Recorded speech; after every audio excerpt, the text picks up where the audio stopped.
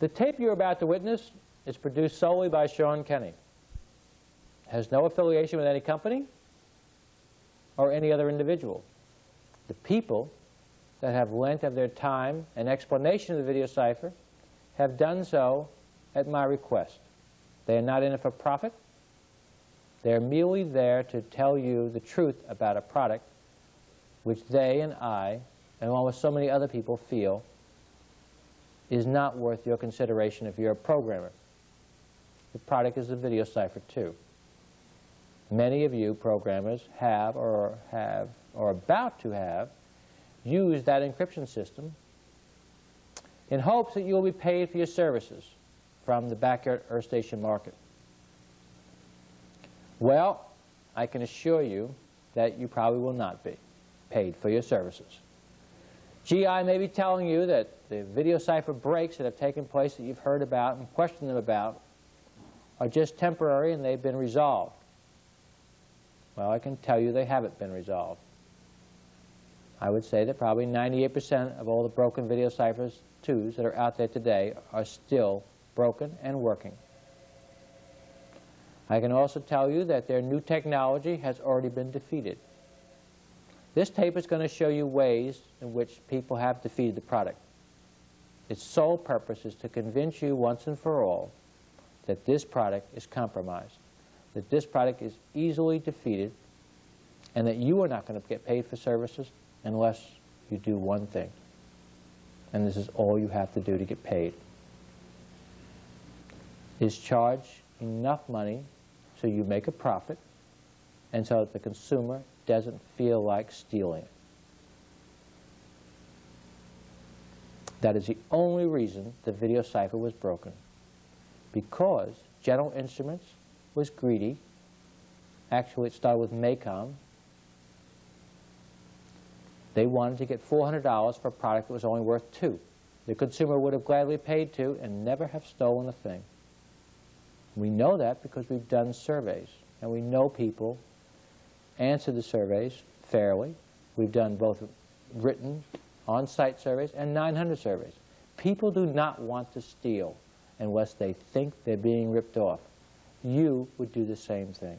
You have already done the same thing in your own life. Probably every one of us have done that. And every one of the people presently stealing VideoCipher signals is doing it because they feel justified in doing it. Because somebody tried to rip them off. So they decided to rip them off before they did it to them. So look at this tape and realize that there's only one way out of it. There's only one way to stop, to make sure you get paid for your services. Charge fairly for your service, and you'll get paid for it. But if you go to rip off the public doesn't mind ripping you back. So the first bit you're going to see is what's called a RAM view chip, along with a full description of the VideoCipher. We will first start with the full description, then we'll talk about the RAM view.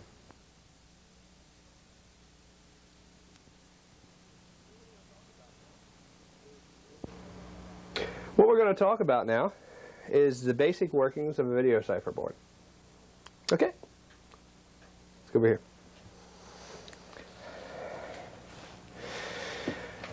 First thing is U30, and that's what everybody talks about.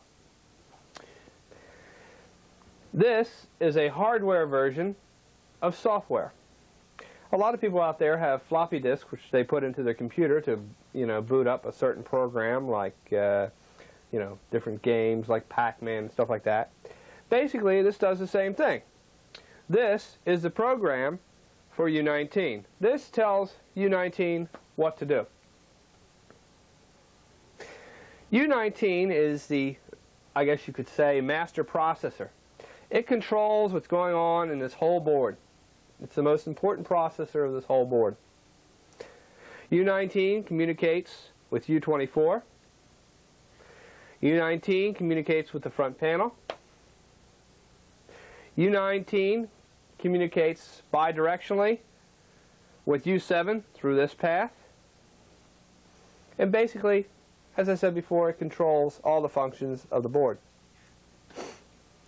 U20 is actually a temporary storage area for things like your monthly category key, your authorization mask for both this month and next month, things like text data, messages, different functions that the VideoCipher is capable of doing, like next program, the program you're watching, you know, when it shows the prompt on the screen. That's basically where that hex information is stored. Where all that information and writing comes from is this chip here, U6. U6 is basically a text chip that will superimpose white letters on the screen. Now our most favorite, U7. U7 takes information like your monthly category key, your authorization mask, and comes up with the working key by also using some data it's sent by U24. That working key is sent to U5, which is then converted into serial form, which is sent to U-form, and mixed with channel key data, which changes every 4 seconds, to come up with the working audio that goes to these digital to analog converters, U2 and U3. Understand the reason there's two is one's for the left channel and one's for the right channel. The other avenues of this board are basically perpetuals that allow buffer between the outgoing video and the outside world. Also the AGC area, where it controls the gain, automatic gain control, that's what AGC stands for, the gain of the incoming unfiltered, unclamped baseband video. Also we have this area here, which is the 14 meg oscillator, which is used to lock the board. And of course, your favorite and mine, the battery. Now,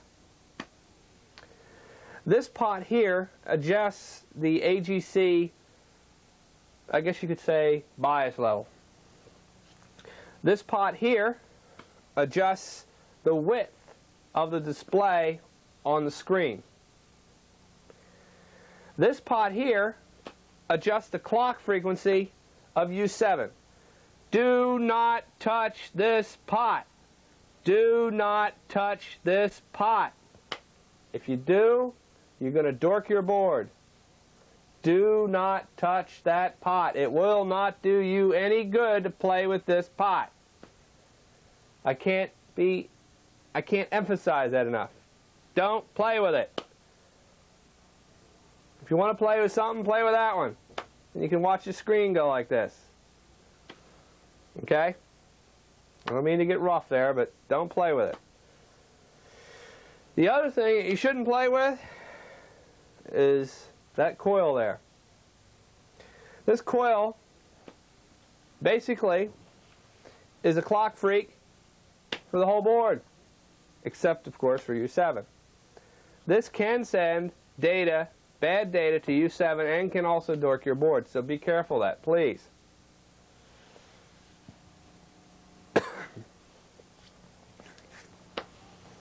Some of the common problems that I've found wrong with the VideoCipher is during shipment, this resistor gets broken. Basically what happens is there's a center pin where the screw goes here, and if this is jostled around to the left and to the right, this resistor breaks. The symptoms are when you plug in the board, the VideoCipher light flashes, but the VideoCipher does not come up. Look for either a broken R67 or a broken R56. That usually happens only during shipment and no other time. I was saying earlier the VideoCipher light flashed. that is a damn good indication that your VideoCipher, for all intents and purposes, is working. Most people don't realize that. When you plug in your VideoCipher and the light flashes, basically what's happening is it's downloading a program to U19 for like a check. It's not a good way for me to put it, but basically, I guess you could call it that. If that VideoCipher light flashes, it's a good sign. If it doesn't, something's wrong. The other thing, make sure when you put your cage in that it's seated properly in this socket. If it's not, these two coils, L1 and L2, will sometimes burn up because of improper seating on the socket.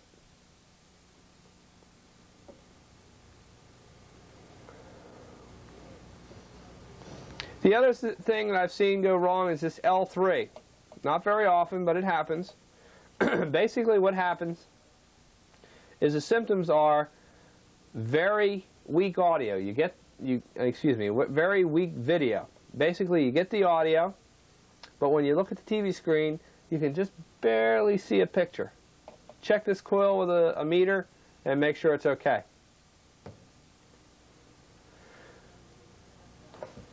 Occasionally I found two of these optocouplers bad. Why? I don't know. It's a simple thing. But I found two of these optocouplers bad. And all it is really is an LED and a CDI cell on this side. And these are really hard to come by. Vaco won't sell you them. And the only way to get them that I found is scrap them out of a board. As I can say before, it's hard to get. So this is another indication. The VideoCipher light flashes, but the VideoCipher does not come on. That's basically all I have to say about the VideoCipher board. It's not a very simple thing to discuss. Basically what I've done here is just give you just what I said, the basics. I really can't go into any real big detail because it would probably take 10 hours to explain it completely. But as long as you have a basic understanding, you know what you can touch and what you can't. I hope this was informative. Thank you. You just took a look at how the VC2 worked. Now let's take a look at something that's come out on the market recently called the RAM View. The RAM View allows you to record the information that is stored in U20. What is stored there is the information, the telemetry that comes down from GI authorizing your VideoCipher to turn on and turn off. One of the problems that many people have been experiencing, both legal and illegal boxes, is the interruption of service by GI by sending you the wrong telemetry. So this chip allows you to record the information that's in U20 on a weekly or a monthly basis so that you can compare it. And when that information differs, you then know that GI has sent a kill message to your box. And it will help you either in a court of law or just dealing with them over the phone to explain to them that they have done this and they should turn your box back on, or indeed you're going to sue them. So take a look at the RAM View.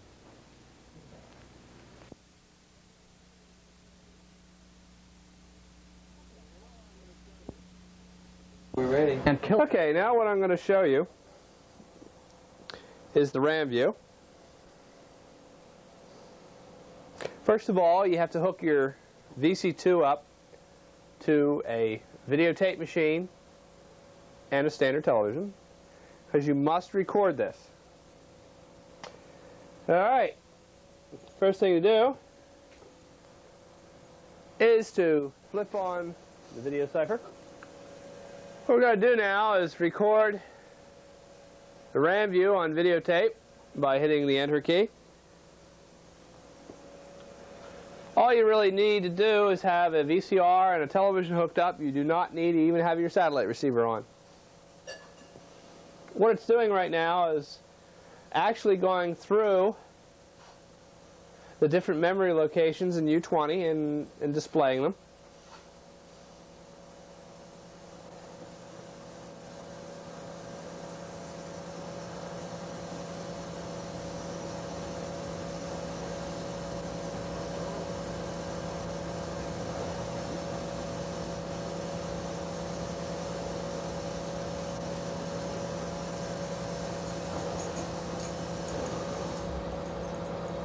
Now what I'm going to show you is the sections to look at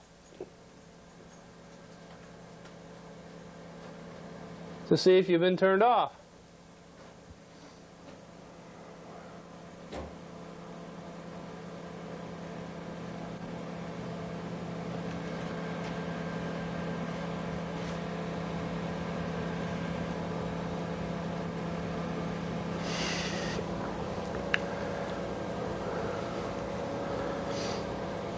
What we're going to look at is location 6100, which starts here. This is the start identifier, which is this location here. 60F0 is 60F0, F1, F2, F3, F4, F5, F6, F7, F8, F9, A, B, C, D, E, F. 6100 is right here. 6100, 1, 2, 3, 4, 5. Now understand that I cannot show you the authorization mask or the unique subscriber key for a actual turned on box because of course it would be turned off immediately. So when you get one of these, look for this location and the areas that I point out to you, and basically that will show you where to look. Okay? Alright. This is the month identifier. In this case it's alpha 522. These are pointers for U7 and some other pointers in there. This here should be a 01, and usually this starts the year out with a 01 or an F1. If it's an F1, it means you're subscribed to Showtime, the movie channel. As you can probably tell, what I'm going to say is this here is what they call your authorization mask, and following this is the unique subscriber category key up to 008000. So remember, authorization mask, unique subscriber category key, and your pay-per-view bytes. Alright. That's for month 22. Now, next location we want to go is 6163. In this case, 6150, 6160, 1, 2, 3. In this case, it's for alpha 021, 21 month. Pointers, that should be a 01. Your unique subscriber, your authorization mask, your unique subscriber category key up to 008000. You're going to have to bear with me because I cannot put any information in at this time. Now, what you're really interested in is right after your authorization mask, which consists of 7 bytes. Remember, this is 01. So 1, 2, 3, 4, 5, 6, 7. After your authorization mask, you want to look at your unique subscriber category key or your monthly key for month 21. If that changes during the month, or if you're watching, if you record this in the beginning of the month and you're working normally, and all of a sudden you get no audio anymore, utilize your RAM view to compare what you see now to what you did see then. And basically that'll show if you've been turned off, or if you have different numbers or letters in there in regards to what was there. That's basically the RAM view. One of the things I'd like to talk about now is lithium batteries. Basically, lithium batteries were developed because there was a problem with normal chemical batteries that, given a certain amount of time, they would discharge themselves, or the chemical reaction would take place even with no discharge. So they developed the lithium battery, which allows the unit, or lithium battery, to sit on a shelf for 20 to 30 years and still retain the power necessary after that length of period of time. There is, however, one small problem to the lithium batteries.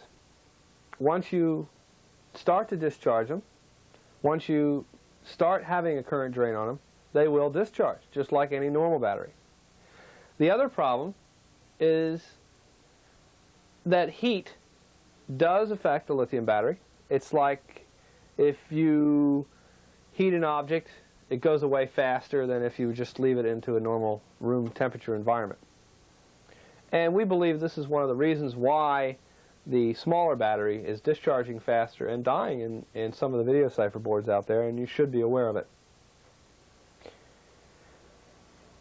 The other aspect is something I'd like to read to you on the batteries that come out of a VideoCipher board. And they're on all the batteries, the yellow ones, the flat packs, or the purple flat packs, and the normal batteries that they're putting in every one now. Now, there's a rumor going around that these things charge themselves. Matter of fact, if you'd like, I can make a demonstration that if you try to charge these, they'll blow up in your face. Matter of fact, let me read the warning label to you. Warning: fire, explosion, or severe burn may result if mistreated. Do not recharge, disassemble, incinerate, or heat above 100 degrees centigrade, or expose contents to water.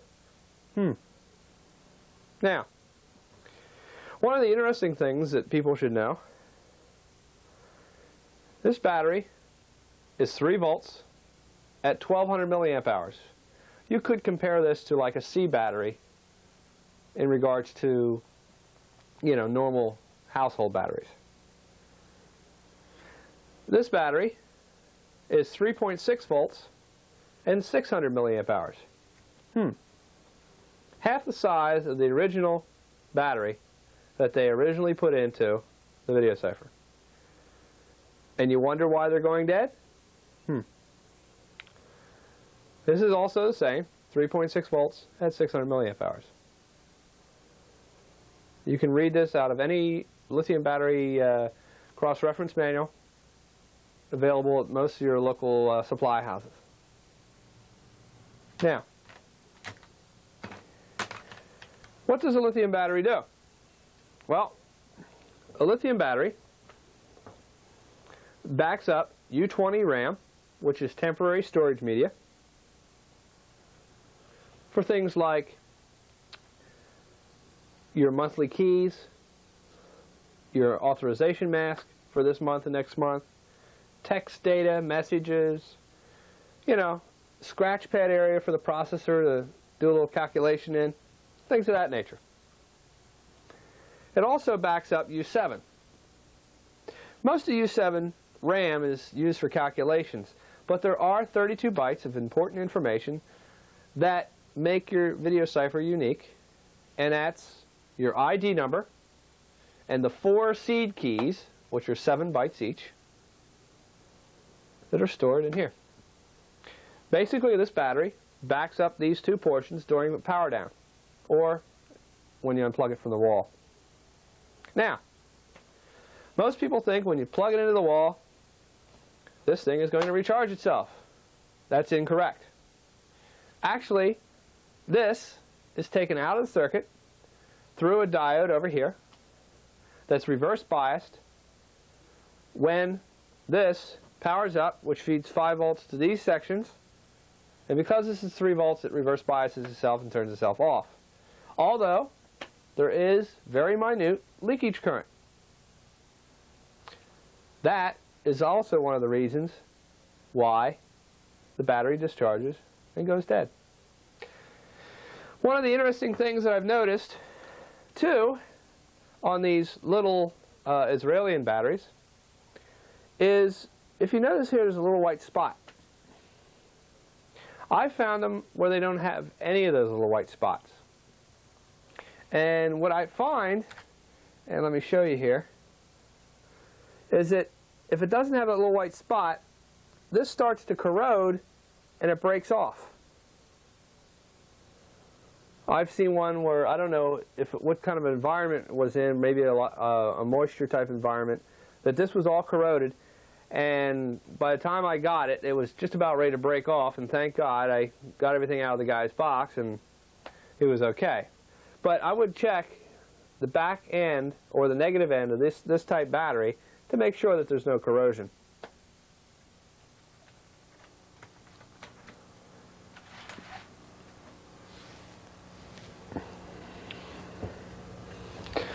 the important things is if you're going to change your battery, and if you're going to put a new battery in, no matter who you get it from, okay, it's very important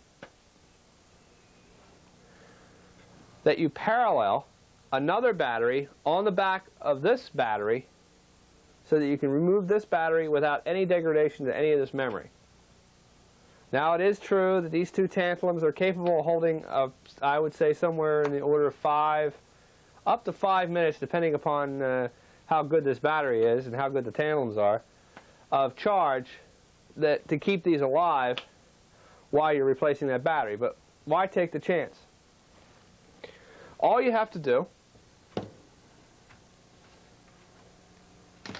in this case, I'm going to use one of the previously used batteries.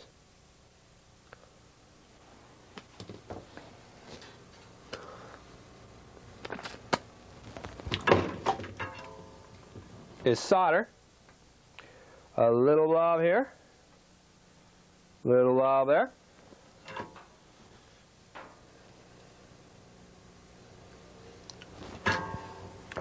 Put the battery in parallel. That means that make sure that the positive end's to the positive end and negative end's to the negative end. Just remember the edge of the board's negative.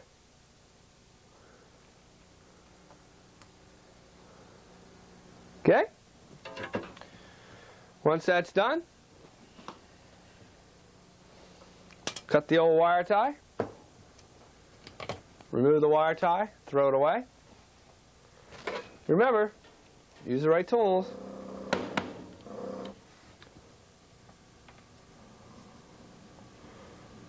Unsolder. Make sure it's nice and clean.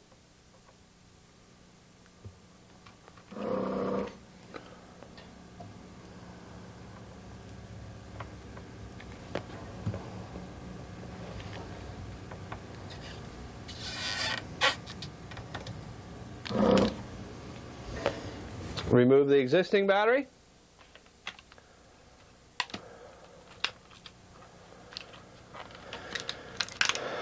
Put in a new one.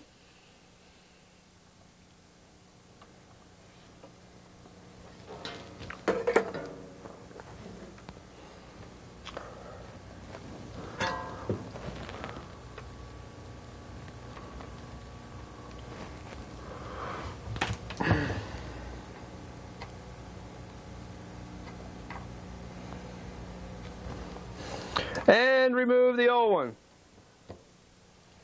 And I always like to make everything look neat, so I mean I don't like these little solder pads like that, so get rid of it.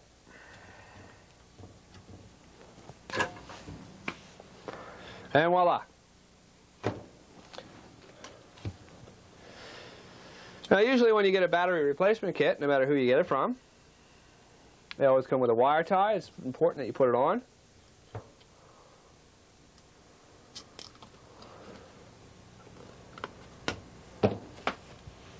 There you go. Nice, easy, right to the point. Now, if you get my key archive kit, which doesn't just include batteries, 2 batteries, it basically includes 2 of the original BR 2/3 A's, which are the larger batteries. It includes a wire tie, complete instructions, and it includes a customized chip to your ID number so that you can read your own keys at home, in your privacy of your own home or whatever you want to do. And the reason for that is so that if you have a socket in the U30 position, you can put a chip, or the chip that I provide you, in the socket. It will display your keys directly on the screen. You write them down, and you record them. You put them away in a safety deposit box or wherever you keep your important papers. Then, you replace the battery. Now, as I was showing you before, you should parallel a battery on the bottom, and then remove the existing battery and put the new battery in. But, a lot of things can go wrong in that instance. You could short out something when you're working down here. The battery could slip off. Whatever. But the important thing to note is if you have your ID number and 4 seed keys first, no matter what happens to this, that, or that, it doesn't matter. So remember that when you go out and buy your key archive kit. Use your head and get the best for your money. One of the things I'm going to show you now is how to correctly install a socket under the U30 position in a non-epoxied board. Now, before you attempt to do anything, once again, very important, static. It's a killer, and it kills computer boards. I can't stress it enough. If you're going to play with these boards, do it in your bare feet on a tiled floor, and do not do it on a carpeted floor in a rubber-soled shoe, or you're going to find that you don't have a board left. As you see, this is a static wrist strap, which is connected to the static mat, which is connected to pure ground. Basically, this puts me at the same potential as the room. Prevents any static discharge to the board. Now, what we're going to do is install a socket. Excuse me getting up there.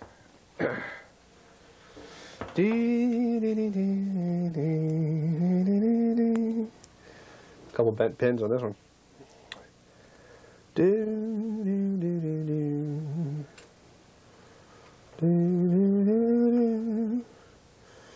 Now, it's very important that you have the right tools to do this. A lot of people ask me, can I use solder wick? Well, if you want to do it that way, you go right ahead. And I'll show you why you shouldn't use it. But people use it anyway. No guy that did 3 boards before he realized that solder wick was not the thing to use. The battery trace. Very important. Let me show you. Right on the other side of the board is a tantalum capacitor, which is this guy little right here. See that little green little devil right there? Okay. Very important that you avoid that at all times. The other part of the tantalum, and let me use a plastic pointer here, is right here. This has battery power, which comes up, follows up this way, to this way, to this way, to this way, which comes down and powers U20. And also goes over and down, which powers U7. Be very careful of that. Now, the correct way to do this is to use a solder vac, as you see here. Let me show you.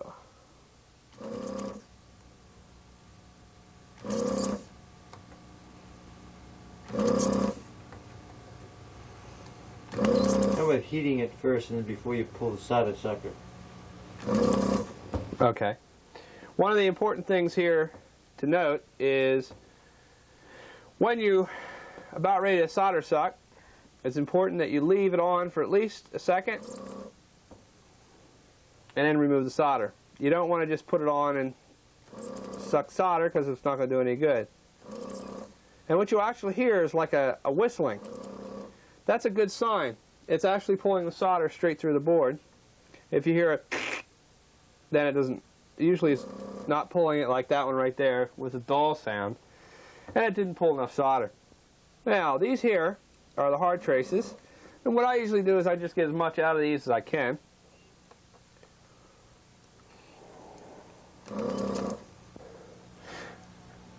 Okay. Sometimes, if I have a problem, I'll actually find the one I couldn't get and actually resolder it.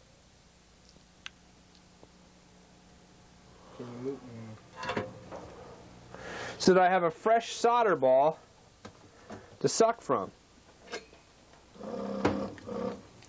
This way, when I heat it, it heats evenly, and it allows it to come out. Now, remember I didn't really unsolder the top one too well, and there's a reason for that. And what I do is I usually use like a little jerking motion here, and it pops right up. And in this case, I didn't have to unsolder it too much. Ba-dong. Alright, now, there's one hole here at the top that didn't go too good. We'll reheat that and pull her out. Now, I'm going to insert the socket. Remember, pin 1 is always at the top, facing this way.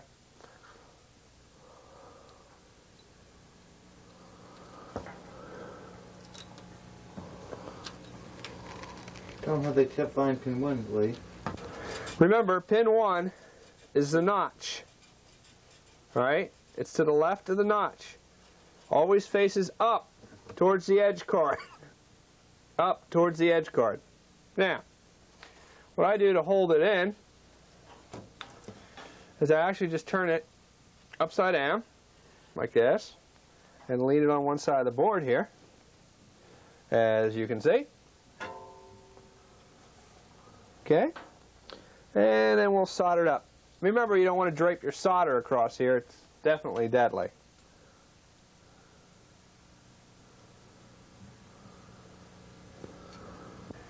Go and see it now. Now, that's what it looks like. Now, if the rosin around the sides bothers you, if you wanted to clean it up a little bit so it looks like the rest of the board, Flux Stripper, which is $1.99, available from Radio Shack, will clean that right off. Also, good denatured alcohol works very well. One of the most important things that I want to tell you is that when you plug in a socket in this board, if you have it in the center or in its normal position, there's a lot of flexing going on under the socket. It's not good. I usually try to tell people to put it on the edge here so that when you push a chip down in there, you're really pushing on the center of the board, the center of the chip, like so, and you won't flex it or stress it in any way. That's very important that you do that.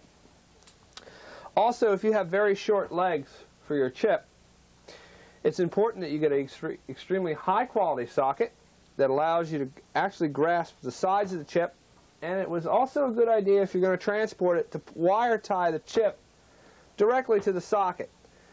It's not a good idea to leave your chip open like this so it can fall out.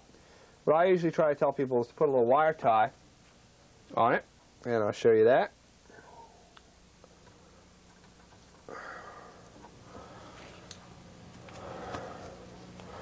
Remember, wire ties don't conduct, so you don't have to worry about them dorking your board. Excuse me, sir, could I have that silver-handled piece over there?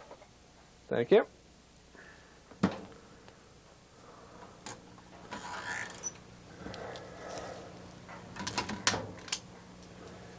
Whoop. Remember, the right tools make the right job. One of the things that I showed you earlier is how to install a regular socket into an unepoxied board. What I'd like to do now is show you how to install a socket in an epoxied board. The easiest way to do it is what I call the Flexi Strip Jumper Kit. What it really is a socket board assembly which has a switch that allows you to switch between the software that's in the board, in the VideoCipher board, or the software that's in this socket. And what I'm going to do now is demonstrate to you how to install this kit. Also, again, please understand it's very important that you have the correct tools to do this. If you don't, please don't do this. I don't want anybody to waste money. One of the most important things you'll need is a heat gun. A good, high-quality hair dryer will also do the trick, but a heat gun is probably the best tool to use.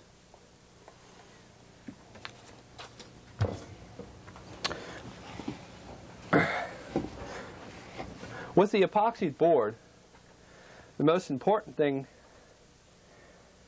to remember is the screw is different.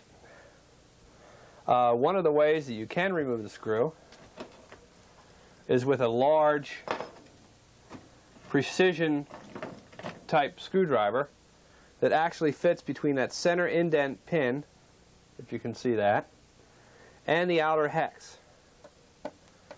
And sometimes you need a little extra help. I usually take a little pair of pliers, get in there, and turn that guy.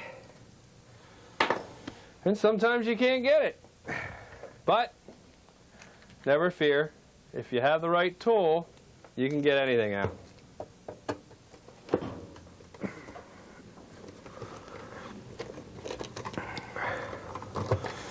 Amazing what these little security screws can do.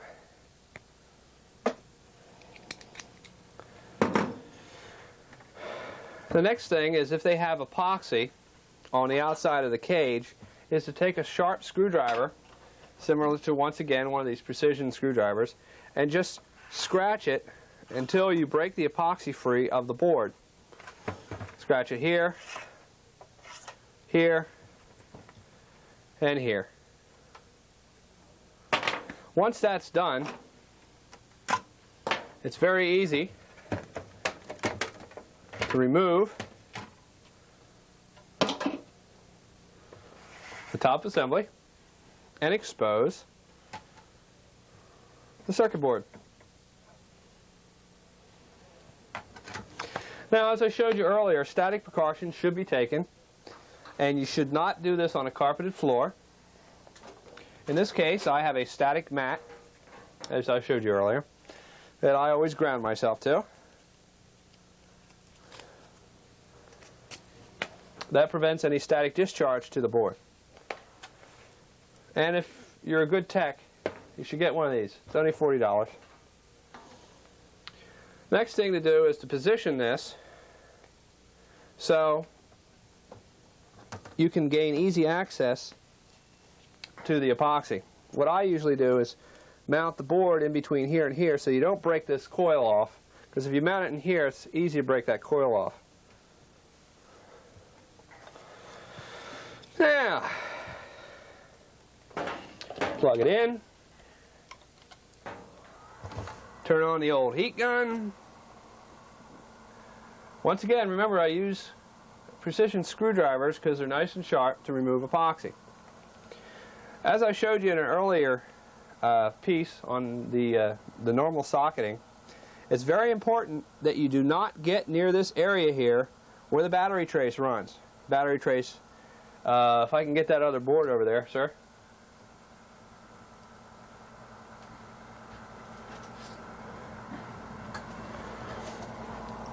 As you see here, the battery trace runs from this tantalum capacitor, which is on the other side here, runs down, over, across, and down this way.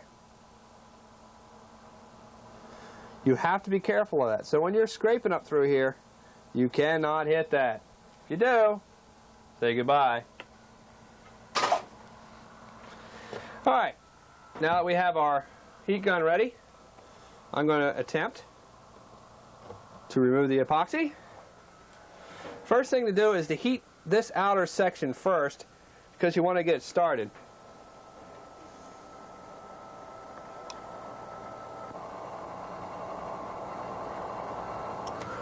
And as soon as you get it nice and toasty, just go right down the old center there.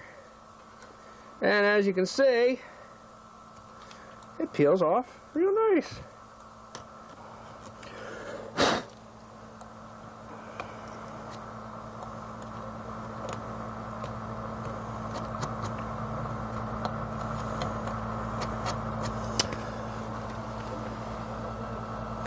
As you can see, it's very easy to do.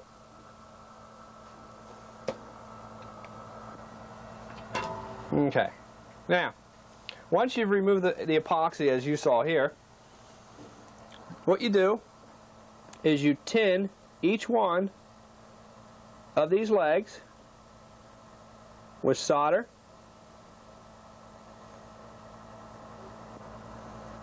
As you see here.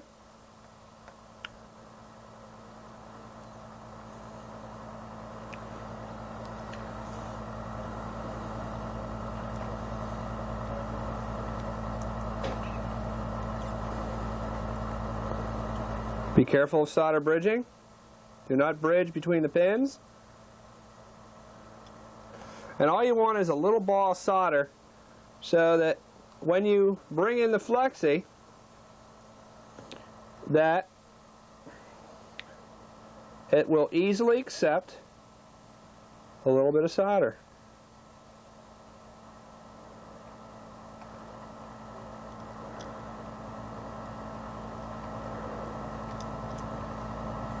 One thing I'd like to point out here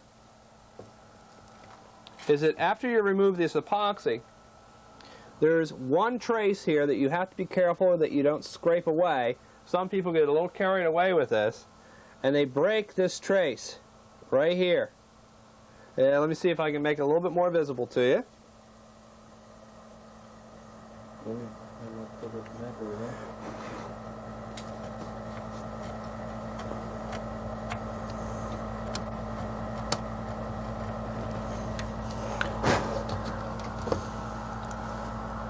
Can you see the shiny spot here?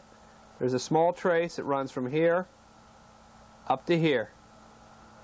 Be very careful not to cut the trace. If this trace is cut, it will not dork your board. What will happen is when you plug in the unit, the VideoCipher light won't come on. That's one of the common causes for this problem. Now what we're going to do is install the flexi. The easiest way that I found to install the flexi was to hold it, as you see here, having the board in this configuration, taking the top strip and tucking it under the wire tie, as you see. Then what we do is we put a little extra solder on this first one here.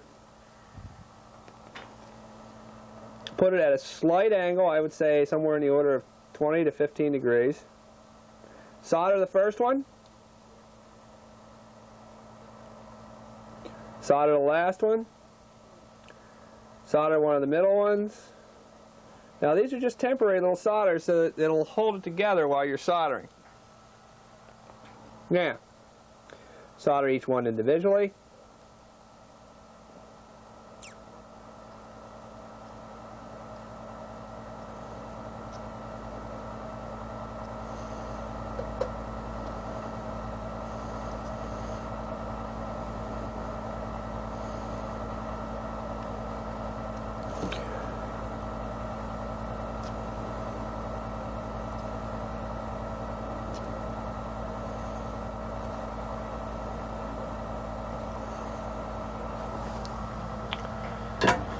As you can see,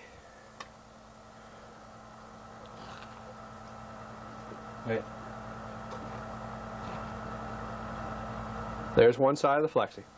Now remember this, when you solder, do not use acid core solder. Use only rosin core solder. And if it's not shiny, it's not soldered right. Okay. After, as you can see, we soldered to one side. Now we're going to solder the other side.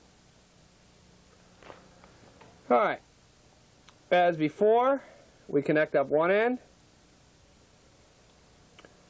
then the other end, middle, center, another one of the ends. Then we just solder each one.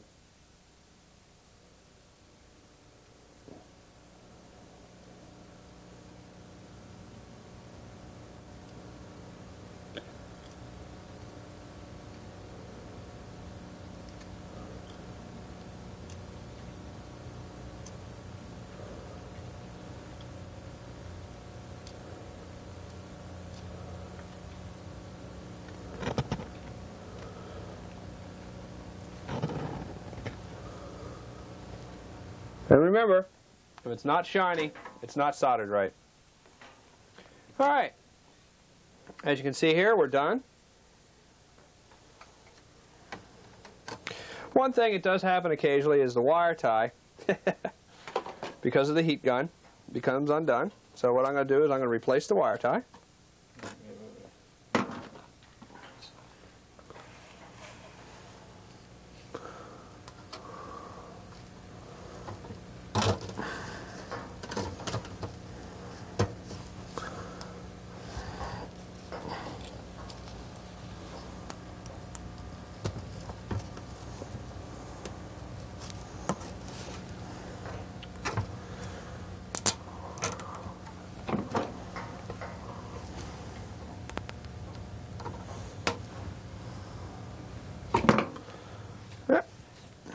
Okay,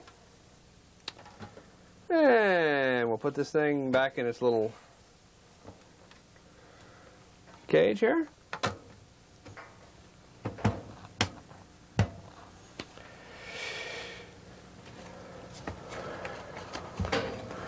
Now all Flexies come with this double-sided adhesive tape.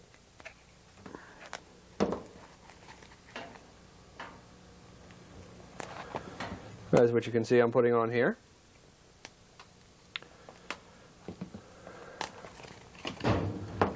Which allow you to easily pull that off, mount it right there on the epoxy. If the switch is towards the resistor, it's the software in the socket. If the switch is away from this resistor, it's the software that's in the board. One thing I'd like to point out is that the Flexi jumper kit will work on both epoxied and non-epoxied boards. It does not matter. So this demonstration is just as good on an unepoxied board if you don't want to put a socket in. And if you are a type of person that does not have a lot of electronic experience, a Flexi jumper kit is one of the easiest ways to put a socket in a non-epoxied board. I don't know if you noticed, but on the Flexi jumper there are two lengths of jumpers. There is no way that you can put this in backwards. There is no way for you to put this in backwards. If you did, you couldn't connect it. There's only one way to put this in. That's this way, and connects on the bottom of the board this way. It's a foolproof scheme to allow you, the end user, to be able to access your software in regards to repair functions or any other function that you may wish to use. Because remember, you bought it, it's yours. If you want to put poo-poo on it, you can. Thank you. The next chip we're going to look at is the seed key dumper. It's very important. Seed keys are unique to your VideoCipher. They can be lost by playing with your VideoCipher or by the battery going dead. There is a battery in every VideoCipher. It has X amount of shelf life. If it goes dead and your VideoCipher becomes unplugged or no longer sees AC power because of a lightning storm or whatever reason, you may very well want to unplug your VC2 if there's a lightning storm, by the way, then the battery's not there to power U7, your VideoCipher will indeed go dead. Having this chip, recording this information, will allow you to restore your VideoCipher. It's imperative that you do it.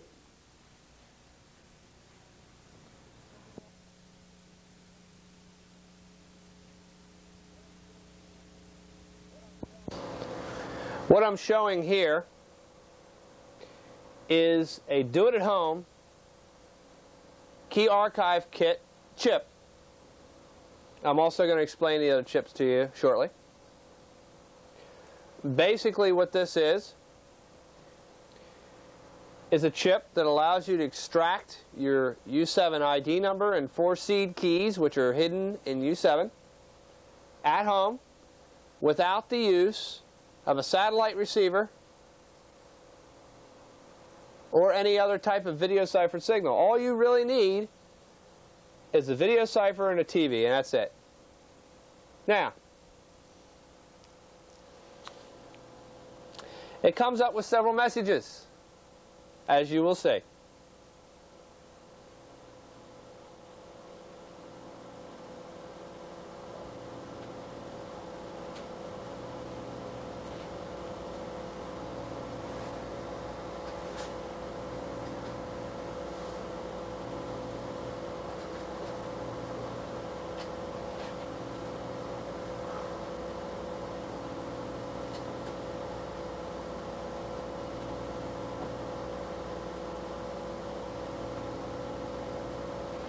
Now, what you see in the top line, which is here, is the ID number. In this case, understand I loaded these seed keys and this ID number. The reason being is if I show a valid ID number and 4 seed keys on this tape that I'm doing for you, it'll instantly be shut off. So please disregard some of the numbers that I put in here because they're really invalid. I'm just trying to show you exactly what it does. Alright. This is the unit ID number. This is key 1, key 2, key 3, and key 4. In reality, this is actually key 0, key 1, key 2, and key 3. But for all intensive purposes, you really don't need to know that. It's 1, 2, 3, and 4. They are 7 bytes each. 1, 2, 3, 4, 5, 6, 7. And if you remember me telling people on Boresight, there is 32 bytes of information that makes your VideoCipher unique. And basically what you're doing is you're looking at it. This is your name and your Social Security number, if you'd like to put it that way. And if you don't have both, it won't work. So count them. 7 times 4 is 28, 29, 30, 31, 32. That's all you need.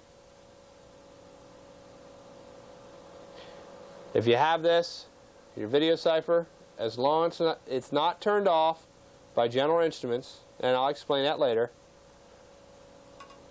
your VideoCipher will live for as long as VideoCipher is alive. There are 2 basic methods for breaking the VideoCipher. They are cloning and 3 musketeering. 3 musketeering, to my knowledge, was the first one on the scene.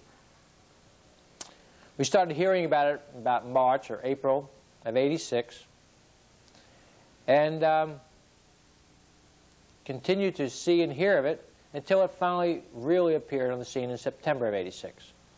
It was started to be marketed in December of '86. It's a very important date. The reason is that from January 15, '86 to December 6, '86, there were less than 40,000 VideoCiphers sold. 2 weeks after the break was announced, you couldn't buy a VideoCipher. 80,000 or more were sold in that short period of time because it was so easy to break it. 3 Musketeers was the method, and it started off very simple, and you could only get a good number of the programs, but not your pay-per-views and not some of your premiums. Today you can get them all.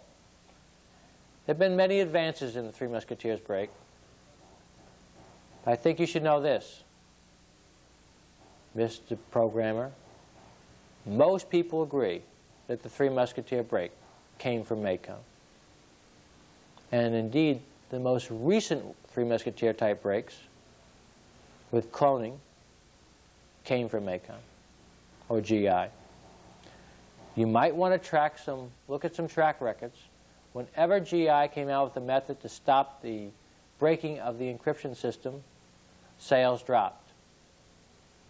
The moment there was a break, sales went up again. You might want to ask where the sales started first. California. So, there's one hell of a good expert in California, or somebody better start looking at the people at GI and ask them why. I think you programmers who want to get paid for your services should. Now if you want to take a look at some of these breaks, here they go.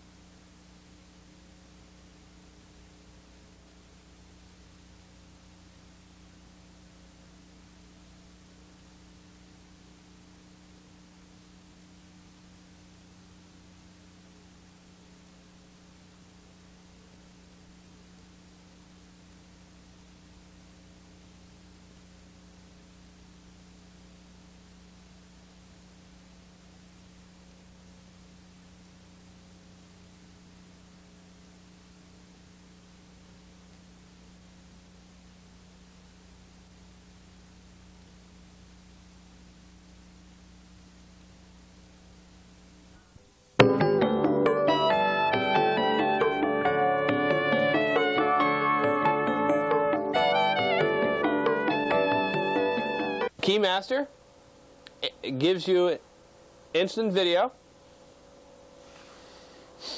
and has basically 6 setup screens. Setup 1 is your normal setup screen. Setup 2 is basically your audio mode. Setup 3 allows you to toggle between normal type or a standard U30, and if you hit it again, the new type, which is their illegal steal all type service thing. Setup 4 allows you to replace stock U30, meaning actually reinstall your original U30 device that you originally had. Now there's a couple problems with that. When you use the setup 4 function, it writes an alpha 0 as your service ID, when in reality the older boxes now are Charlie 4. So if you hit setup 4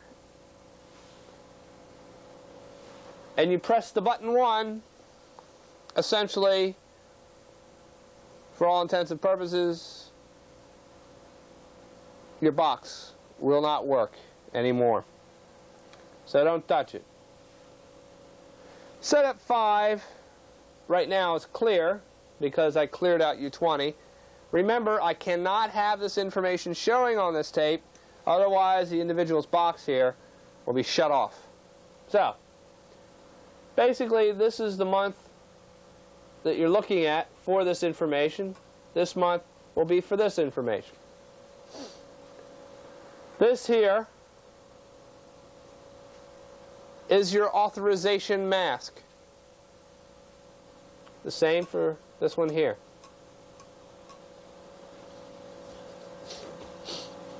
What that tells this box is what services you get and don't get.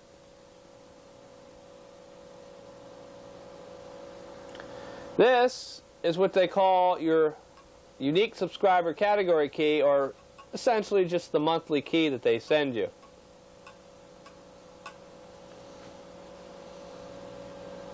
Basically, these two pieces of information are utilized to come up with the working key to make the box work. This is the pay-per-view bytes, and as far as I know, they've never changed. They would be 008000. I'll also show you a RAM view where you can see this information. Basically, this is just extracting it and putting it in more defined parameters for you. than the RAM view. But I'll show you the RAM view too.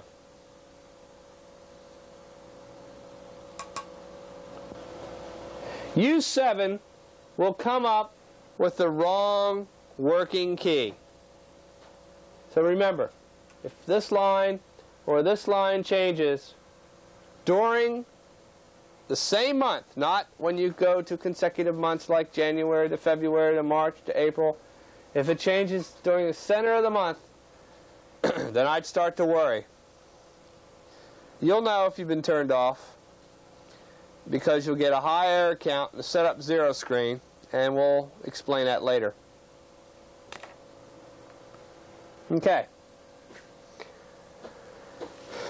Setup 6 allows you to convert the new key, which is essentially what you hit every month, so you can get those services that you're not supposed to get. This almost forces you to stay illegal, and I don't believe in that. No?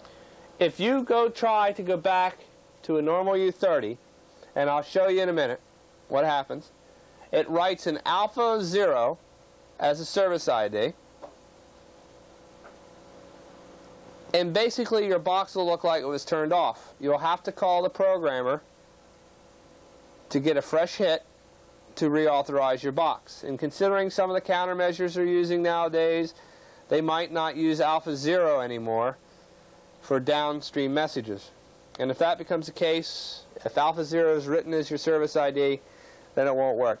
Now, let me show you. Setup 4, 1. We're going to put a standard U30 in the socket. As you can see, it writes an alpha 0 as a service ID.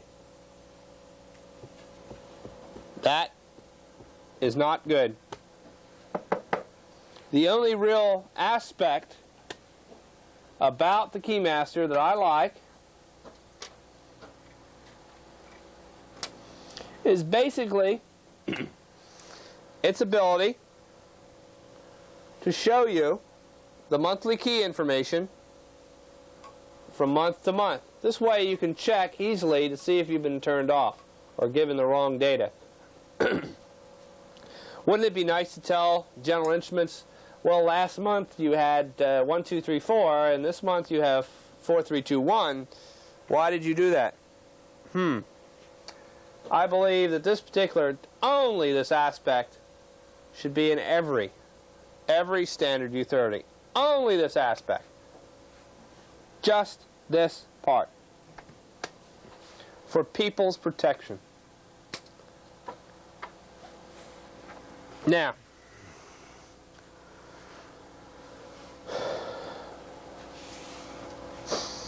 I'm just going to talk about what a musketeer is. And basically what a musketeer is a chip that you put into your box that allows you, the end user, to watch services that you're not legally subscribed to. Basically, you buy 1, 2, or 3 services that are on the consumer tier, and basically what it does is opens up the rest of those services for you to watch, except the pay-per-views. They have a different way of coming up with the working key. Now, it's important that you know that certain musketeer chips out there, if used in a board not written for, meaning on the top of the chip it should say, like you see here, 01, 05, 1, 2, 3, 4. Basically what happens is that musketeer chip is written for that box identity number and should not be utilized in any other box other than that box that you're using it for. And the reason for that is some software programmers who've designed these illegal chips have made it such that if you use it in another box, it'll completely braid and dead the box. So it's very important that you don't do that. Well, we just looked at Three Musketeering. Now we're going to look at cloning. Now, cloning has become very popular because the only real method for breaking the 181 till recently has been cloning. I say that because there's a recent break now. Actually, there's two. One which we were not going to report on because the manufacturers of it feel that it's too early to divulge this information. But I do want you to know that seed keys are readily available to come out of the 181, even though GI said that's impossible, and that the 181 to the 186 is indeed broken. The most common method of break we're seeing is just a U30 modification right now with a jumper wire. We'll look at that in a minute.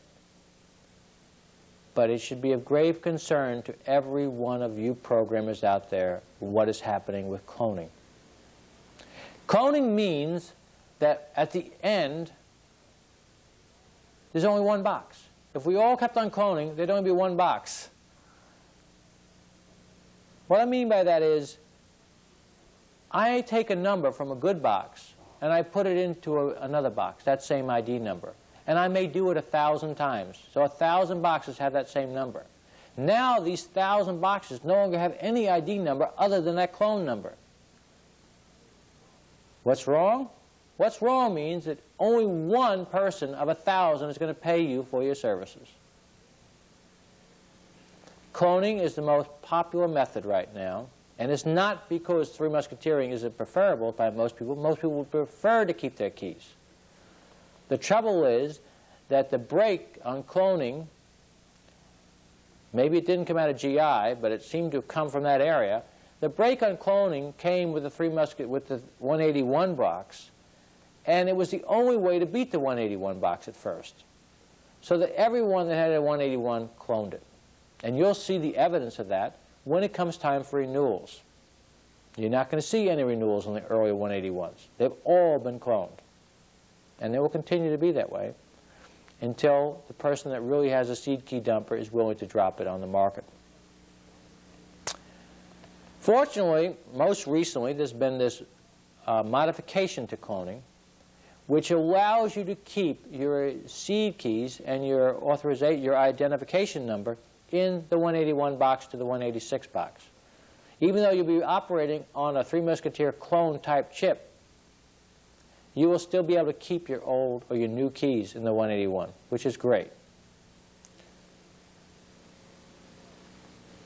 There are also people that feel that they can clone the 010 boxes, that's 0100 to 0106 box, and make it a 181. As a matter of fact, it's being done. So the idea that some people had, that the fear that they had that they were going to recall all the 010 boxes and make you get an 081, is now without any merit because you can make an 010 box and an 081 box.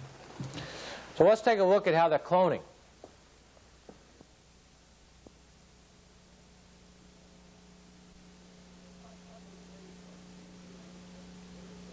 Hi, I'm Jose from Keys R Us. We're going to show you a little bit of our new products for the 0181 Blue Label VideoCipher and just how easy it is for you, the satellite dealer, to install. First thing we want to show you is the fact that this is a working 0181 box. And the nice thing about our Blue Label solution called the multi-key is the fact that the 0181 box retains its own identity.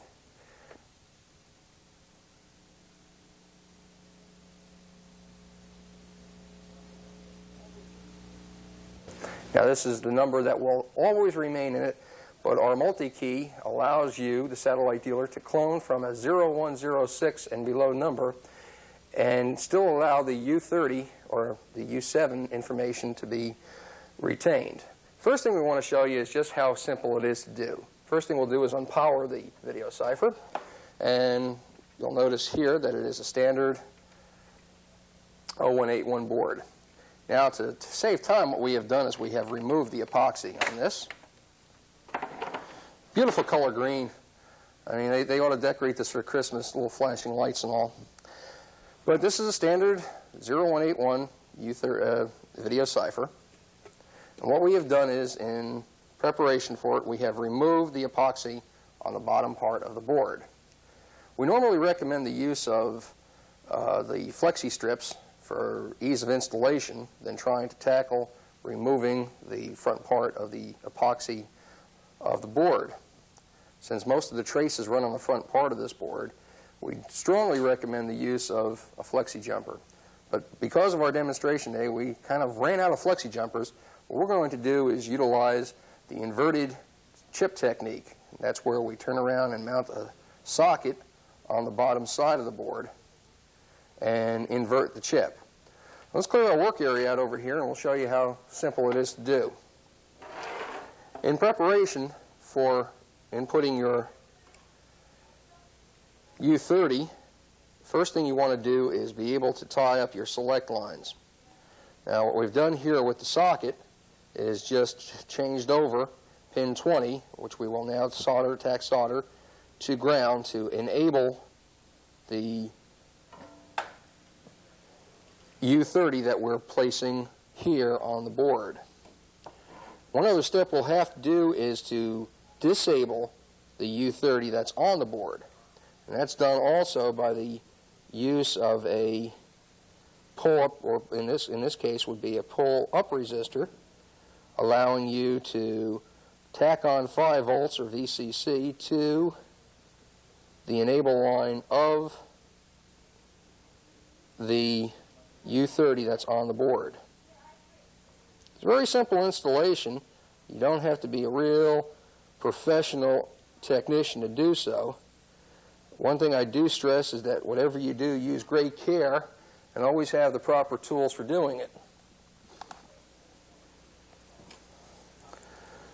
Always remember that when you're working around the VideoCipher, you're working around static sensitive devices, and it's always a good idea to make sure you're grounded and using a grounded tip soldering station when working with the VideoCipher.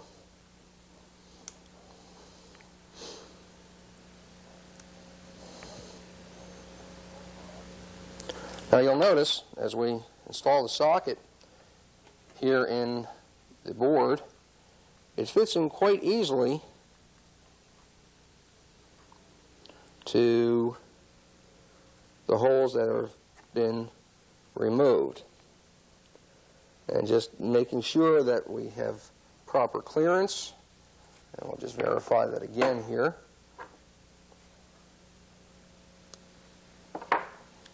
We can now go through the procedure of soldering to the board. Now sometimes multi-hands are helpful, and other times the good old American know-how is also helpful. And what we've done here is just from experience, what we can do is tack solder from the bottom side of the board, adding sufficient heat to the pad and to the pin of the socket. I would recommend at least a 25-watt soldering station for this operation. Whether you utilize this method or the flex strip or opt for removing U30 completely, always use a grounded tip soldering iron or a soldering station in this case, since you're working around CMOS devices, and static electric discharges and or AC from the soldering iron can be transferred to live circuitry, thus damaging the static sensitive CMOS devices, namely U19, U24, U7, your CMOS RAM, U20,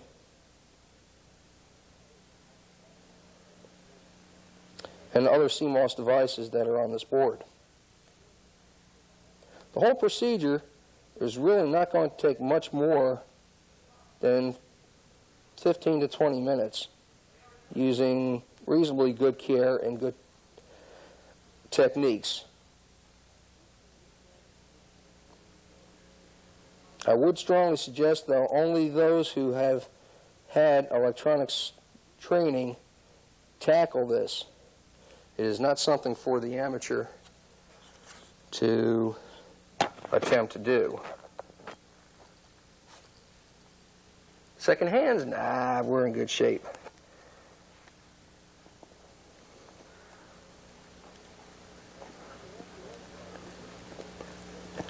Now, the Keys R Us product is very unique in the sense that it allows you to clone to a number that you have selected, meaning 0106 boxes or below, thus keeping the 81 number of this box intact.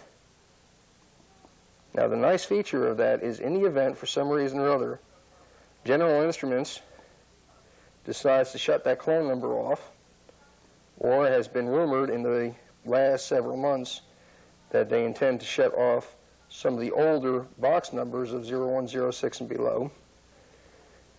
This feature allows you the ability to retain the number, thus being able to have, if need be, utilize the 81 number for either 3M'ing later on if you wish, or when someone does release information on how to extract 81 numbers.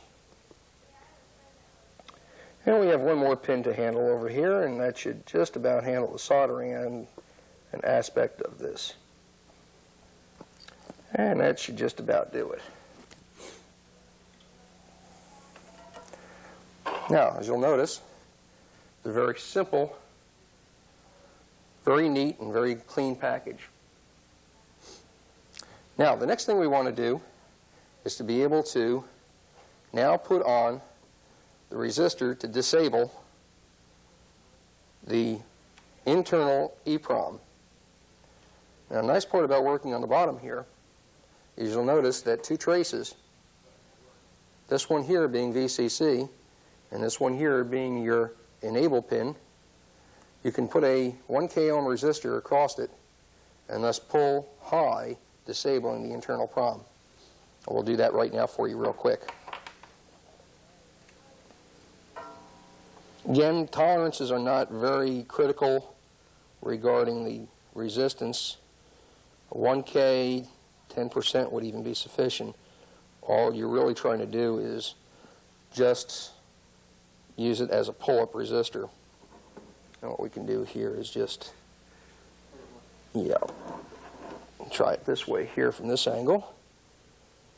Just adding some solder and heating up your connection.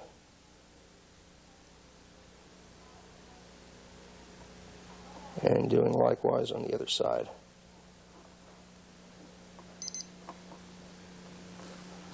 And just adding a little bit more solder.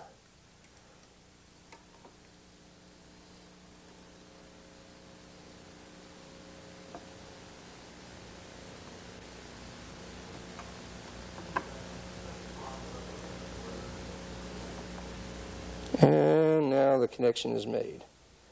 And of course, the next thing you want to be able to do is just clip your leads short enough so they don't short on any unwanted traces. I'll have to pardon my soldering. Sometimes I don't do such a great job when you don't do real close-up work. But there you have it. That now enables you to disable the internal PROM and enable your external PROM. Now, the next thing we want to do is a little circuit that has to be added to U23, which is an NE521. This turns around and more or less strips out the data coming in from the video. We have to go into a different location for clocking. What we've decided to do here is add a 74LS30.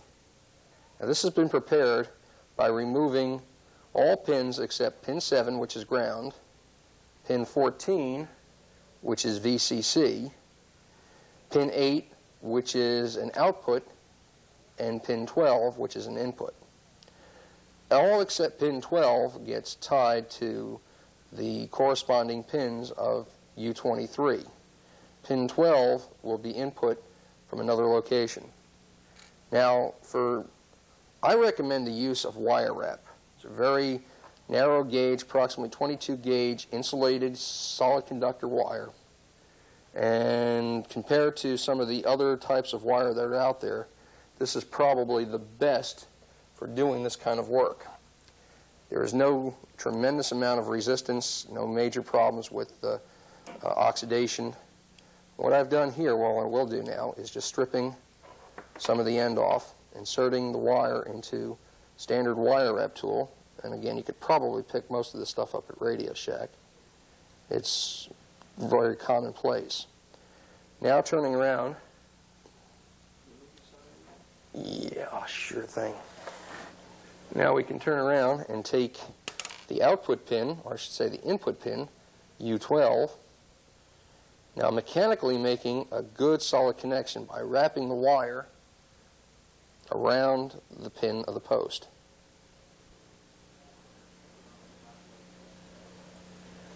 And then adding just a dab of solder to make a good electrical connection.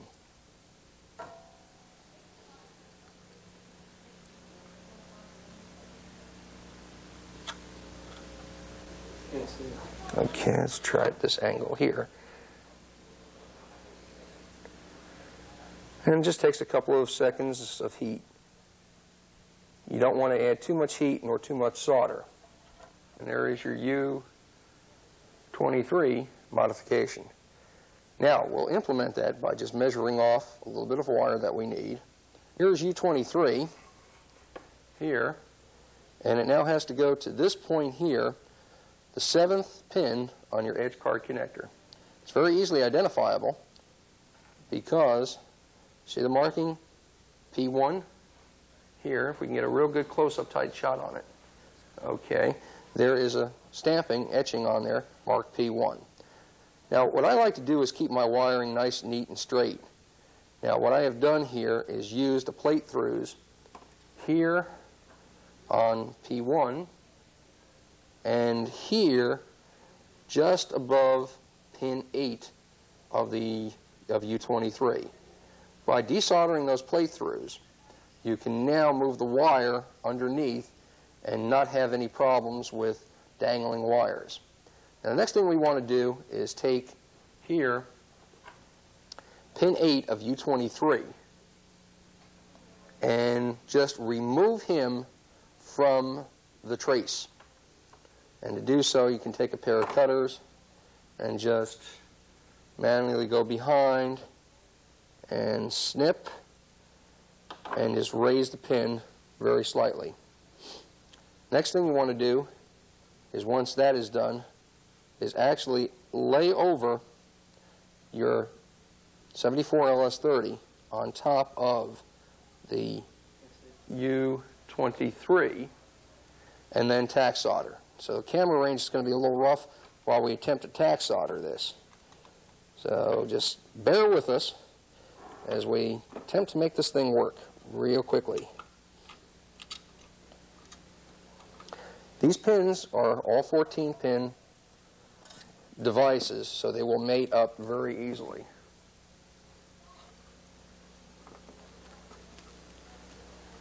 Now just tack soldering from the existing chip to your piggyback chip, as we're doing right here.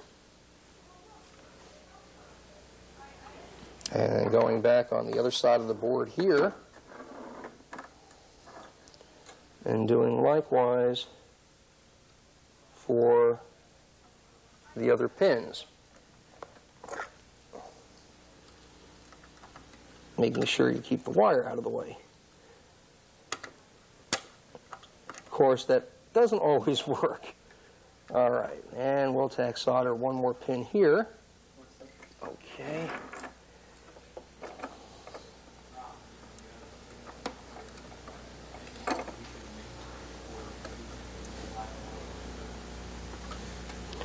And finally, pin 8 should be tack soldered. Okay, cut it. All right, now that we've completely soldered on. And I must point out also, remember to keep the proper polarity of the chip. That's very important. And we'll get a camera angle here. Notch of pin 1 being the notch, and to the left of it is always pin 1, making sure you always have proper polarity. Now the next thing we want to do is just kind of measure out our wire wrap, snake it through the bottom. Now we can go a little lower there. And we figure we've got approximately that much that we can go through. Take our cutters and snip off a piece. Snaking it through the plate through that we've opened up earlier. Okay. And just sliding it around. This gives you a very nice, neat way of doing it. Now we'll bring up on the other side here to the top of the board to the plate through that we made earlier on P1. Okay, by bringing it up and over and just pulling it taut just enough. You can get a measurement and then be able to remove the insulation and then tack solder to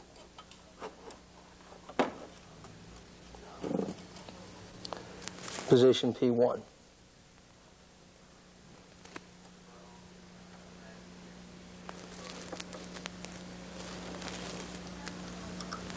And once that is done, we're now ready to proceed to the programming portion of the U30 and U20 chip. And we'll just show you the board real quick here.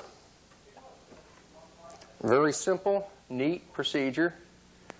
There's nothing that looks out of place on top. On the bottom of the board, it's very simple, very clean. And there's your modification for U23. Of course, down below here is your modification for U30. All right, the next thing we want to do is show you how to program. When you receive the Keys R Us U30 multi-key package, it'll consist of 2 chips. One chip being a master U30 and a master U20, and they'll be identified by different color labels. Now the master U30, you will choose the clone number that you wish to use. Thus, you'll have to put in your own the ID number plus the 4 seed keys in master U30. And master U20 is what we call a quick load chip. What this does is allows you to take the clone number, the monthly information that exists in U20 at addresses 6100 and 6169 or 6160, and write it here into your U20 chip, making it very quick, very fast. It actually force feeds information into U20. Now, what we have done here to save time is we've actually prepared these chips. But the procedure would basically be is to take the master, go to your prom burner, load it into your prom burner here, and write the information that you would need to load your 4 seed keys and your ID number at locations 3F Bravo 0. 3 Fox Bravo 0 and the EEPROM. And then likewise installing your U20 master and putting that into memory locations of 1160 and 1169. This package comes complete with detailed instructions on how to do it. So what we will now do is, assuming that we have here now 2 working chips, we'll now go through the procedure for actually loading up information into the blue box. Working with the back cabinet, install your U20 chip into your socket. Now, in this particular means of accomplishing putting a socket in, it's what is known as inverted. Now, what has to happen here is the normal chip sits in a position where pin 1 is in the upper left-hand corner. But because this is an inverted board, pin 1 is now in the upper right-hand corner. What we have done here is actually just physically moved the chip pins and reversed them, inverted them. And that's what this chip will do right here. We'll load this one right in. And now we'll go to our VideoCipher board right up here, plugging it in. Okay. Yeah. Let me get this for about 5 seconds. Okay.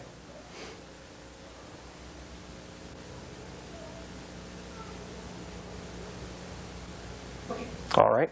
Plugging it in and allowing for approximately 2 to 5 seconds for it to go through the instructions of loading the information into U20's memory. Nothing will be seen on the screen. There will be no activity on the VideoCipher. This does not have to be done on a VideoCipher channel. Once that is done, you then remove the U20, of course powering down the VideoCipher. And what we'll do here is, since we've burnt the U30 already, we'll show you the procedure for inverting it. Carefully uplifting the pins of the chip. And I do mean carefully because they are very easily capable of being broken. I'm doing it on both sides here.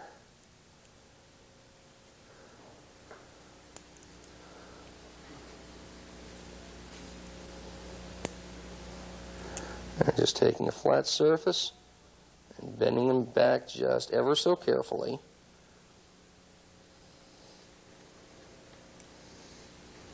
And then laying them down on a straight edge and folding the legs of the chip downward.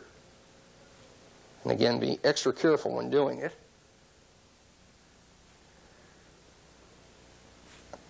This is an inverted U30.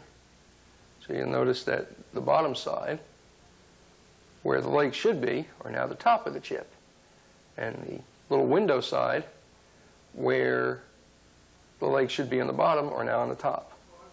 Once you have put your inverted U30 in, you're ready to fire this up. So to do so, just plug it back into your little plastic bottom cover here. Now, one disadvantage of working here on the bottom side is the fact that the cover was designed for the board to fit very flat. As you can see, the board doesn't do just that, but I feel it's somewhat more easily acceptable to turn around and cut the cabinet, the plastic, than have to worry about destroying traces that lie underneath here in the U30. Now, we're all ready to fire this up, so what we do is just plug it in to our VideoCipher test frame, and we can pull back a little bit, plug it in, and you'll now be ready for video. Now what will come up is a little thing saying multi-key working. What's happening right now is it's processing data ready to turn into audio. Now sometimes it takes as much as 10 to 15 seconds. On some of the pay-per-view services like this one, it may take a little longer. But voila, there you are. Audio and video from a 0181 board. Now let's take a look at setup and number 1. It's a little different, don't you think? Just turns around and shows a little bit more of Keys R Us. We have a signal level of 48/41. Our locations are set. We'll go to setup in 0, and we'll notice that our diagnostics show us that we have a service authorized, no audio error rates, and we are working. Now, in the event that you want to remove this modification, it's very simple. Remove the U30, disable the external PROM, re-enable the internal PROM, remove your U23 modification, and you're back in business with a board that has an ID number of 0181.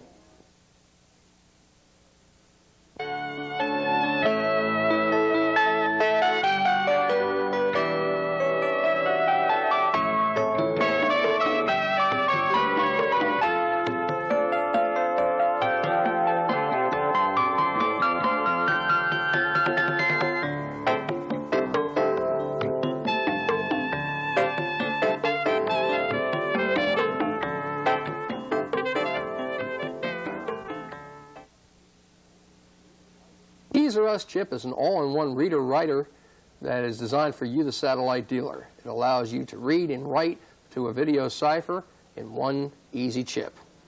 Follow along with us as we explain to you the workings of the Keys R Us chip.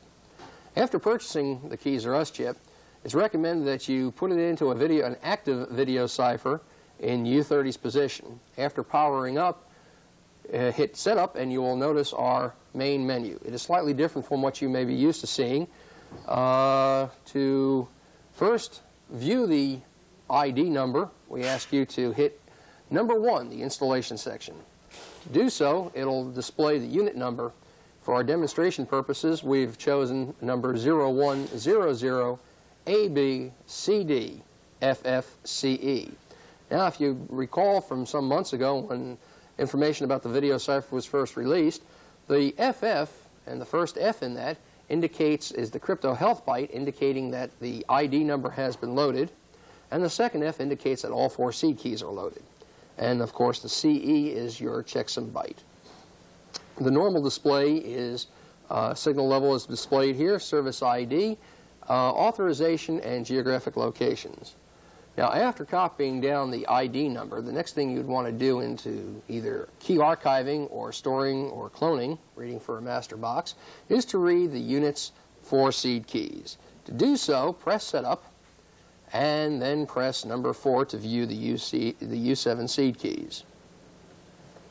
Now, to read the U7 seed keys, hit 93080808 plus the Enter key. Then hit Setup number 2 to view U7 seed keys 00 to 03. We will now do that, hitting 93080808, then Enter to view the U7 seed keys. Okay, now just roll for a couple seconds. Okay. You will notice that the screen has flashed. This is very normal for this particular piece of software. Now, press Setup, and now number 2 to display the seed keys. You will now notice the screen showing the U7 seed keys.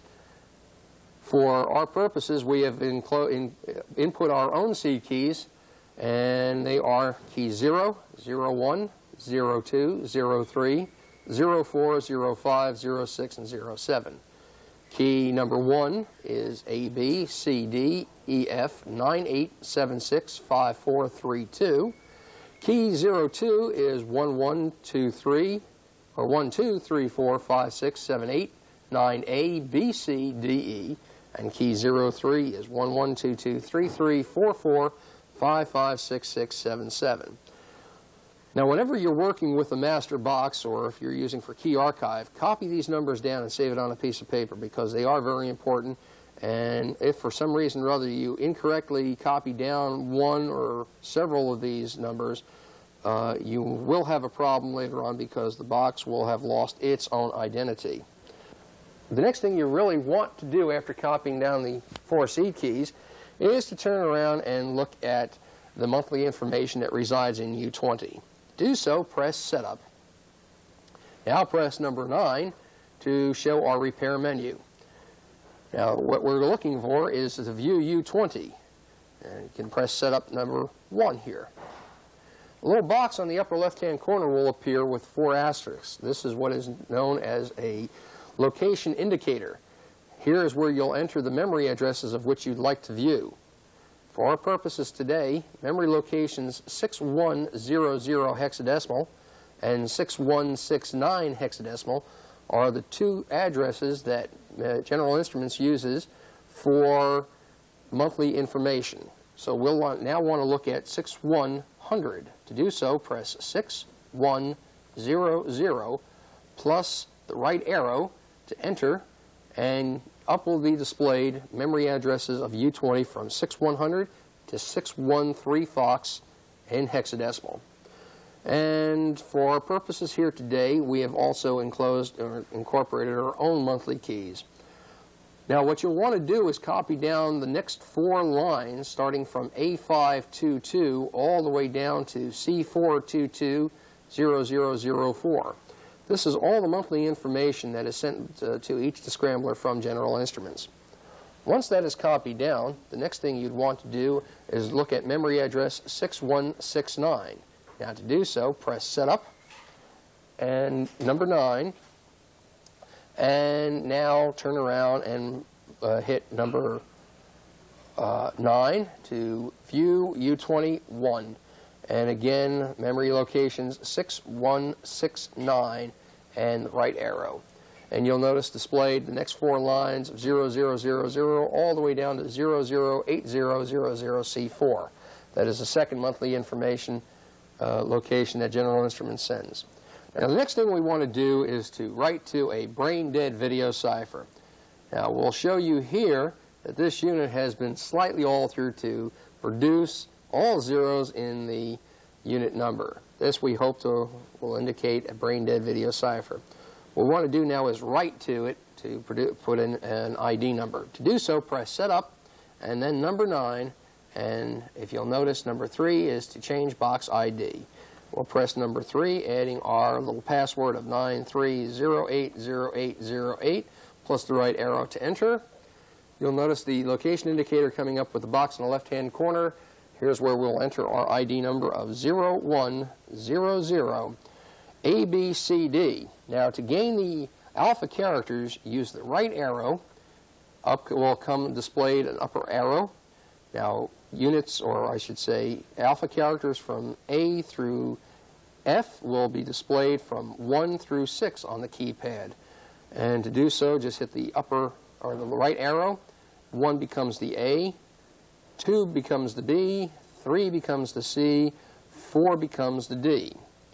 Now, once completed, you want to hit Enter to load the number in.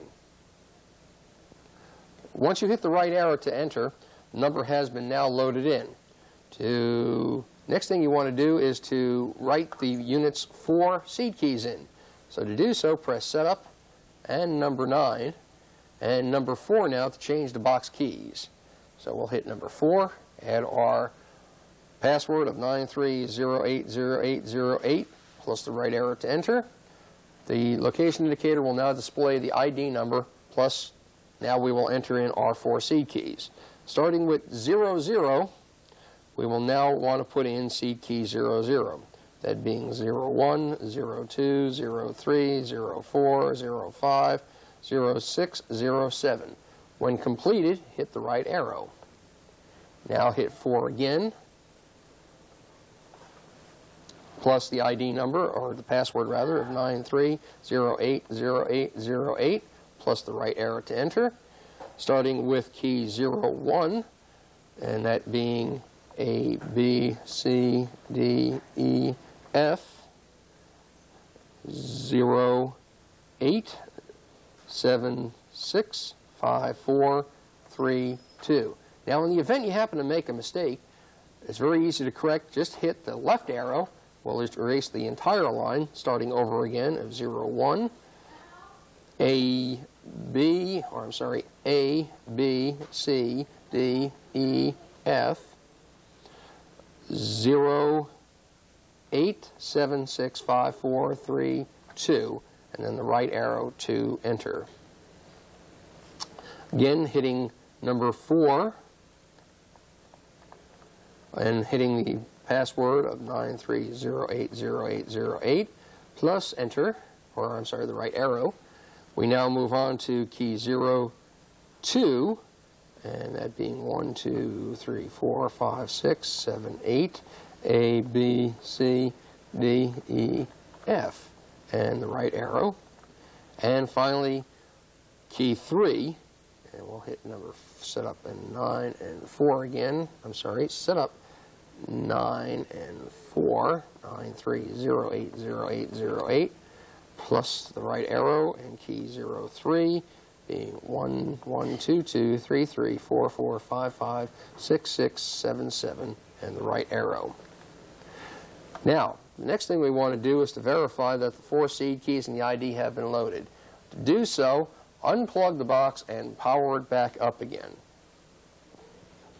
Now, once you have powered down and powered back up again, causing the reset, press Setup and now number 1, and we will now notice that the unit number now displays 0100ABCD.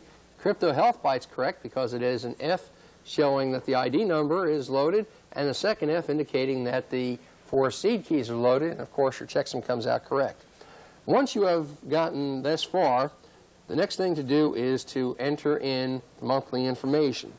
We're just going to review it real quickly to save time, but to do so, hit Setup and number 9, and to modify U20 memory, hit Setup number 2, plus the ID or the password of 93080808, plus the right arrow to enter, starting with memory locations of 6160 and the right arrow. You can now put in information that you have extracted earlier. Once you have done that, the next thing to do is go to memory location 6100, 6100, and again, right arrow, and incorporating all the information that you have extracted earlier, you have now turned around and put all the monthly information in the VideoCipher. Once you have done that, the next thing you want to do is to go to memory location 6247, and this is where the service ID resides. For serial numbers, boxes of ID numbers of 0106 or lower, General Instruments has chosen to use the service ID of C4. To do so, just hit Charlie 4 plus the right arrow to enter, and you've just now entered in the service ID.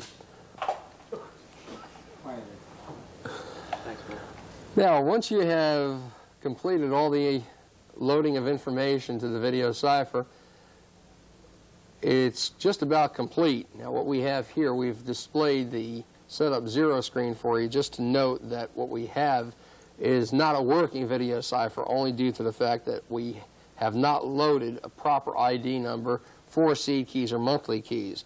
But to give you an idea, once you have done so, the setup 0 screen will work properly.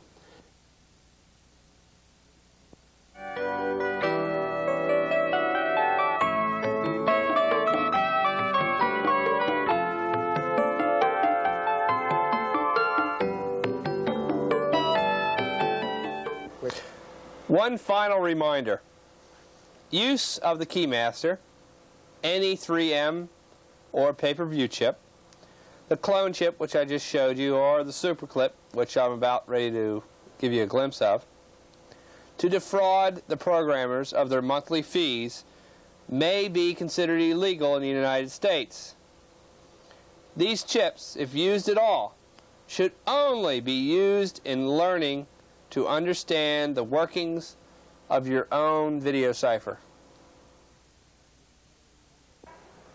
This is your 70 meg external loop found on many of your more recently made receivers. It's important to note two things. There will be occasion where you may have to hit the invert switch to make this work. Also, it does not pass power. So if you were trying to utilize a ASP filter in conjunction with this or any other filter that requires power, it will not work if you attempt to run it in line or in series with this IF loop, because very few of these, if any that I know of, actually pass power. You can also hook it up over here on the left, if you note, through your composite and your baseband video output. There are ports on the back of your VC2 to accept that. If you're going to use composite video, you have to switch this over. All right? This video adjustment level that's between your composite and your baseband video on the back of the receiver is designed to improve your picture and your ability to accept authorization. That will be necessary if your audio signal does not move at the same rate of speed as your video. Now this SM. SM is for signal block. You will also may find an SL, which stands for signal lock. An SA stands for signal authorization. And an SM stands for signal service missing. You also may find instead of an S, it may be replaced by a U. UM meaning unit missing authorization, UL meaning unit lock, and so on.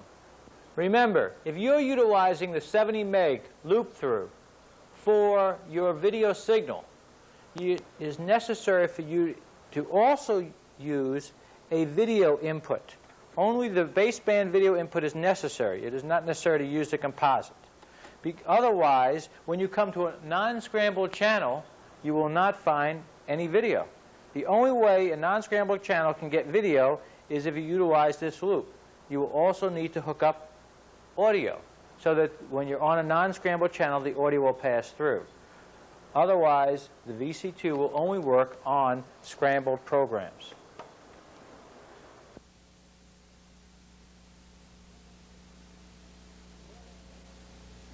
Well, that's it. I hope you have learned how easy it is to steal. Well, I want you to know that most people don't want to steal. I think it's real important for you to understand that. Most people want to pay for this service. And all you programmers have to do is charge fairly for it. Because what you've constructed today is you've made a lot of thieves out of a lot of nice people. They don't want to be thieves. God knows they don't. All they want to do is be a professional, do a job, and get paid fairly for it. That's what they did before scrambling happened, and they'd like to continue doing it. But they want to stay in this satellite business. This is a business to them. You know, and I really wish the cable industry, the programmers, would sit down and realize that there is no business in the backyard earth station market without the satellite dealer. Many, many cable companies have tried. Many big corporations have tried. Lots of people have tried to go out and do what the satellite dealer does. And if they haven't failed, they are failing. This is a unique industry. It is a cottage industry, and it will always probably be so until they make satellite installations so simple that anyone can possibly do it. But they haven't done that yet, and the only way you're going to get an installation made today is to get a professional dealer to do it. So you, the programmer, need that dealer to do that installation so you can get paid for your programming. And all you have to do is charge fairly for it to get paid. This market, this satellite market, is probably in excess of 20 million installations. There isn't a single person that you know that has a home that's in a position to own a dish that probably doesn't want one. So it's a hell of a market. All the presidents of all the cable companies have them. All the presidents of all the programmers have them. Everybody's got a dish that can have a dish. So why doesn't John Q. Public want one? He does. He just happens to think that everything up there is either scrambled or it's illegal. And all you have to do is change his mind. Doesn't take much. You can do it. And you can enjoy those 20 or 30 million potential customers. Only other thing you got to do is charge fairly for your service. No one wants to steal from you. All we want to do is stay alive. And we can only stay alive if we have programming for our customers. And the only way we can get programming for our customers is to charge fairly for it. Otherwise, they don't want to pay. So, with that, we bid you good day. And we hope you understand what you've just seen. Understand the VideoCipher is totally corruptible. And unfortunately, so are many people. They don't want to be that way, though. The VideoCipher can't help it. It is corruptible. The people that are helping it be corrupt don't want to be. And you can help them not be corrupt. Just charge fairly for your service.